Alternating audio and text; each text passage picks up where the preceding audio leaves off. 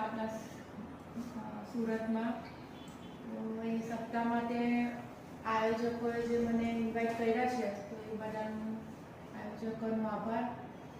તો આજે મારે તમને જે એક સ્ટોરી દ્વારા હું તમને એક વાત કહેવા માંગુ છું કે સ્ટોરીમાં છે કે એક ગામમાં એક રાજા હતો. ગામ મતલબ એક રાજા હતો જેનું રાજ્ય હતું.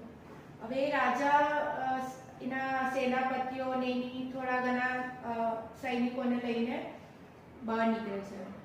તો એ સૈનિકો સાથે એની સાથે મોટો રથ લઈને જાય છે જેમાં બહુ બધી ઘણી સોના મહોર હોય છે. એ રથ લઈને નીકળતો હોય છે બાજુના જ બીજા દેશવાળા જે રાજા હોય છે એમની સહાય કરવા, કારણ કે રાજા ખૂબ દિલદાર હોય છે. એ બધાને સેવા કરવા, એને મદદ કરવા તત્પર હોય છે. સારો પ્રમાણિક રાજા હોય છે. તો એ રીતે સોના મહોરવાળી રથ એનો લઈને નીકળેલો હોય છે.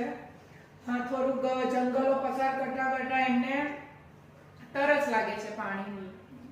જે હતું લાવેલો પાણીનો જે પુરવઠો ખલાસ થઈ ગયેલો છે. તો એ વચ્ચે એ લોકોને તરસ લાગે છે એના સૈનિકોને, રાજાને. તો એક ગામ પાસે ઊભા રહે છે.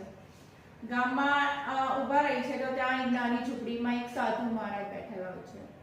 સાધુ મહારાજને કહે છે કે અમને તરસ લાગી છે. એટલે રાજાએ એમના સૈનિક દ્વારા કહેવાયું. તો સાધુ મહારાજ એમ કહે છે કે કંઈ નહીં, આવો પધારો, મારા ઘરે પાણી છે, તમે બધા આવીને બેસો, આરામ કરો. એ બીટવીન હું તમારા માટે નાસ્તા પાણી એટલે બીજી પણ સગવડ કરી રાખું, તો તમે આવીને અહીંયા આરામ કરી શકો છો. તો રાજા આવીને બેસે છે. એ લોકો થોડી વાર આરામ કરે છે. સાધુઓ પણ એમને ખૂબ સારી સરભરા કરે છે, એમને માટે ફળો આપે છે, થોડું નાસ્તો અને રસોઈ જેવું બનાવીને એમની સેવા કરે છે. એટલે ઇન્શોર્ટ રાજા ખુશ થાય છે સાધુની સેવાથી. તો રાજા ખુશ થવાથી રાજા ખૂબ દિલદાર હોય છે. તો એ સાધુ મહારાજને કહે છે કે બોલો, એમ કે તમને શું જોઈએ છે? હું તમારી સેવાથી પ્રસન્ન થયો છું, તો તમે માંગો, શું આપું તમને? તો રાજા છું, મારી પાસે તો ઘણી, એટલે રાજા પાસે તો હોય જ, એને આપવાની આદત હોય. તો સાધુ મહારાજને કહે છે કે તમે શું આપું તમને, માંગો તે આપું. તો સાધુ મહારાજ છે ને, તો એમની પાસે એક પાત્ર હોય છે, મુઠ્ઠીથી પણ નાનું પાત્ર હોય છે. તો એ પાત્ર એમને આપે છે. તો રાજાને એમ થાય છે કે આટલું નાનું પાત્રમાં શું લેવાના સાધુ?